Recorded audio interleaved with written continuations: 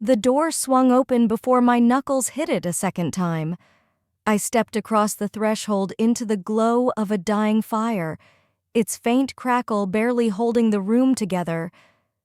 There they were, all three, huddled by the hearth in a rundown cabin on the outskirts of Detroit, their voices low, weaving through the shadows. The air was thick, heavy with something more than smoke. I told myself I'd come in to escape the cold, but I hadn't checked the forecast before trudging out here. They glanced over, nodding as I stepped inside, my boots leaving wet prints on the warped floorboards. If you've been here before, you know the drill. Hit that like button and subscribe. It keeps the lights on. New to this, you're in for a ride. Welcome. Let's dive in.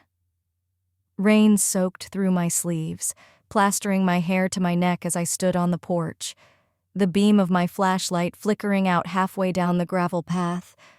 I knocked once, then harder, my knuckles stiff from the bite of the night. The door creaked open, spilling firelight across the floor, catching the edges of a flannel shirt. Frank stood in the frame, tall, silver at the temples, his eyes sharp like he'd been expecting me. His voice came steady, low. You must be freezing out there. Come in. I hesitated, water dripping from my elbows, but I stepped inside. The warmth hit me first, a rush of heat like a lover's breath, the soft give of a rug under my boots, and something deeper, something that stirred in my chest. Music hummed faintly, not played, just lingering, like a memory you can't shake. I barely had time to scan the room before another figure moved around the couch. Vince, broad, bearded, his sweater stretched tight across his chest, carried the faint scent of pine as he stepped closer. "Let me get you something," he said, already lifting a blanket from the armrest. I stood still as he draped it over my shoulders, the heavy wool warm, clinging to the curve of my neck, my fingers clutching its edge. "I'll make tea," came a softer voice, cutting through the quiet. I turned. Charlie, younger, 37, lean, quiet, with a tattoo peeking from under his Henley's collar. He didn't smile, just locked eyes with me, nodded once, and slipped toward the kitchen. I hadn't said a word. My throat was dry, my legs shaky from the walk. But I didn't ask how long the storm would last. I didn't want to know. I followed the sound of Charlie's steps on the hardwood, clutching the blanket to my chest. The fire had settled into a steady glow, casting amber waves across the couch and the wide armchair nearby. Vince moved past me, crouching by the hearth, prodding the embers until the flames sparked brighter.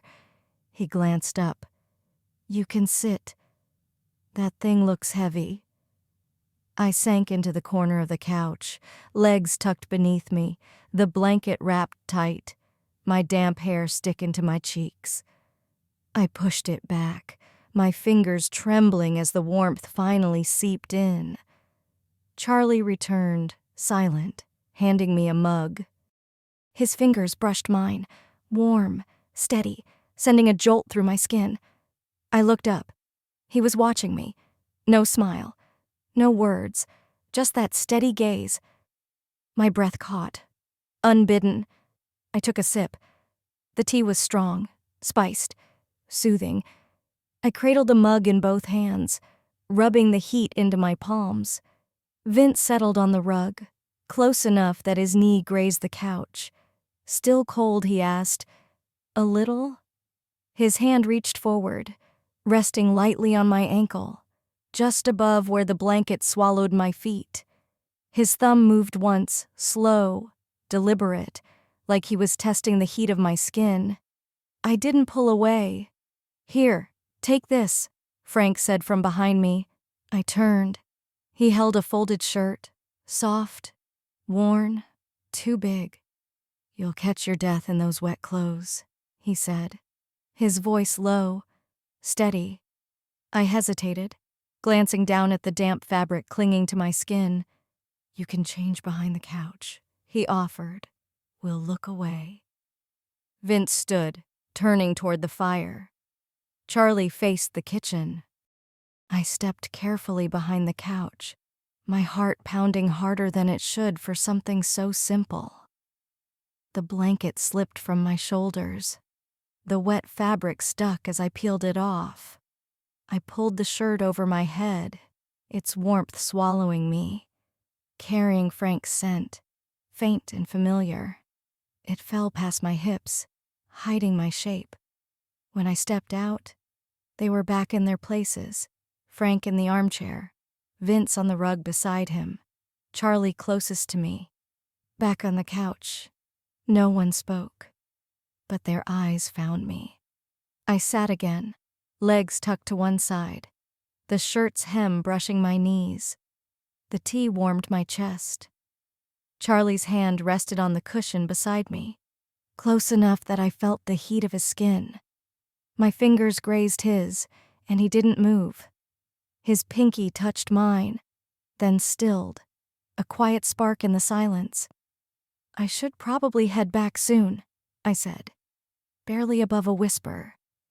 Frank leaned forward, elbows on his knees, his voice dropping low. "Or you could stay." I didn't move. Charlie's hand stayed beside mine, not gripping, just close. The space between our fingers vanished, skin on skin, his thumb brushing mine, slow, intentional. I didn't pull back. Thunder rumbled outside, low, heavy. The storm hadn't let up, if anything. It felt closer. Wind battered the windows in bursts, but the room stayed quiet. Vince reached from the rug, his fingers grazing the blanket now pulled to my side. He lifted it, draping it over my lap, tucking it tight around my legs. His hand lingered a beat, his eyes locking with mine as he adjusted the corner at my hip. Frank stood, his boots soft on the rug, moving behind the couch. I felt his warmth before I saw him, a presence that pressed against the air. He leaned down, his palm brushing the shirt at my waist, not pushing, just a single steady touch. I inhaled, the sound catching in my throat. "You're safe here," he whispered. "You don't have to think." Charlie's hand closed over mine, fingers lacing, his arm's weight settling on my thigh. Solid, real. He shifted closer, his shoulder brushing mine, his heat everywhere he touched. Vince moved behind me, lifting my damp hair, combing it back with slow, careful fingers. His fingertips grazed my neck, then my shoulder, as the blanket slipped lower, tracing my collarbone. "I didn't expect this," I whispered, my voice uneven, caught between disbelief and hunger.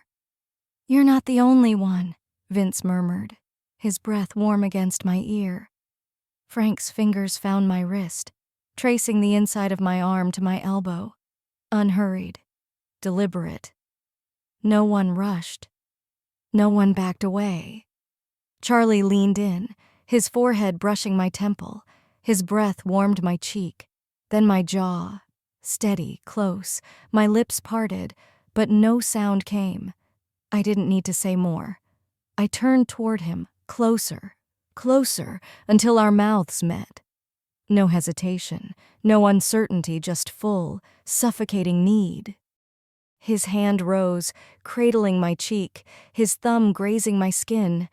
My fingers clutched him, holding him there. Vince's hand pressed lightly on my back.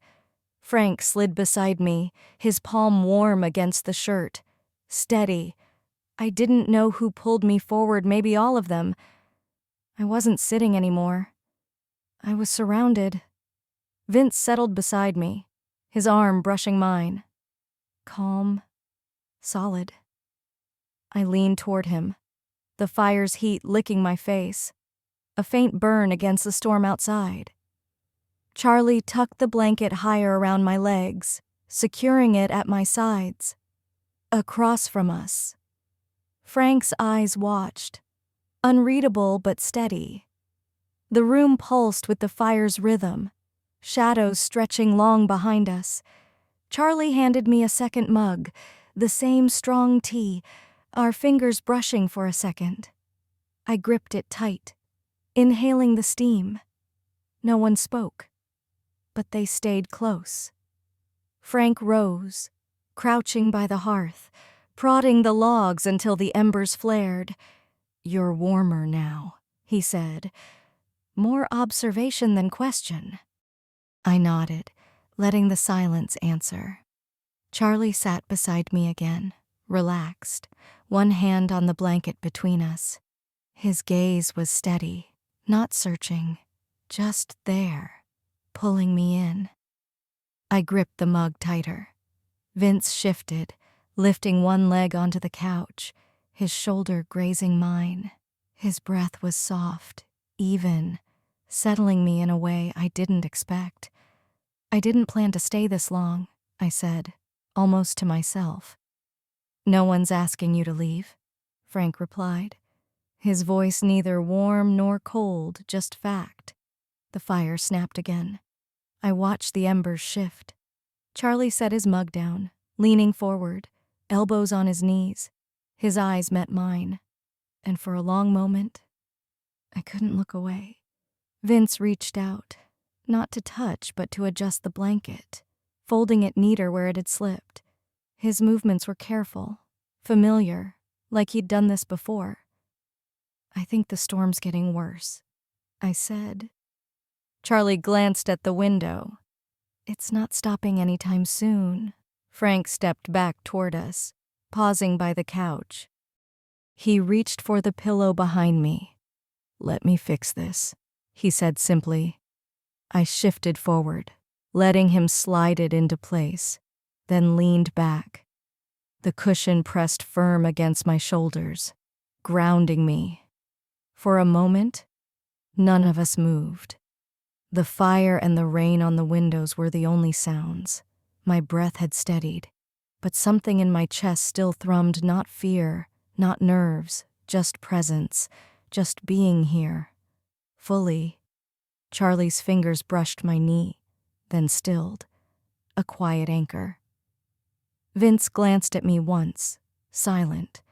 Frank sat on the edge of the coffee table, facing the fire, his eyes still on me. I felt surrounded, not physically, but completely seen, completely held in the quiet. "I'm okay," I said, surprising myself. I hadn't expected a night like this. "You don't have to expect everything," Frank said. "Sometimes you just let it happen." I didn't nod, didn't argue. Charlie stood, dimming the lamp, softening the room's edges, making it feel closer, safer. Vince's voice was barely a whisper. "You're not shaking anymore." He was right. I exhaled, shoulders loosening, hands falling from the blanket. No one touched me. No one asked anything. But they didn't leave. They stayed close, present, steady. My eyes closed for a moment, not sleep, just a pause.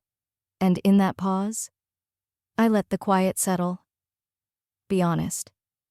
If you were on that couch, would you stay or bolt into the storm? Drop it in the comments. I read them all. If you're still here, hit like, subscribe, and turn on notifications so you don't miss what's next. Thanks for sticking around.